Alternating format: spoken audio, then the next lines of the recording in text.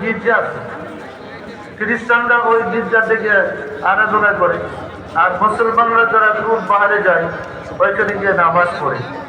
আমার ছেলের কাফেলায় 103 জন ছেলে দূর পাহাড়ের চূড়ায় গিয়ে সবাই তাকে বসে যে জোহরের নামাজটা আপনার নিজের আমরা করছি। আমার ছেলে ওইখানে দূর পাহাড়ের মসজিদে জোহরের নামাজ ইমামতি করে আদায় করেছে। শুনে আমাকে বলতেছিলেন যে বাবা, মানুষের মধ্যে আল্লাহর একটা রুল এমনভাবে করেছে যে অনুভব হয়েছে সত্যি সত্যি আল্লাহকে ডাকছে। আমি জানতে চাইলাম অবস্থাটা কেমন ওইখানে।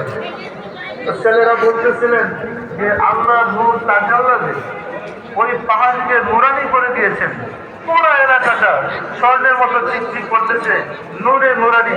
পৃথিবীর আর কোনো দেশে এমন সোনালি রঙের পাহাড় আছে আমরা জীবনও শুনিনি। আল্লাহর নূরে যে পাহাড় নুরানি হয়ে গেল, আমাদের দেশে সংবাদ করে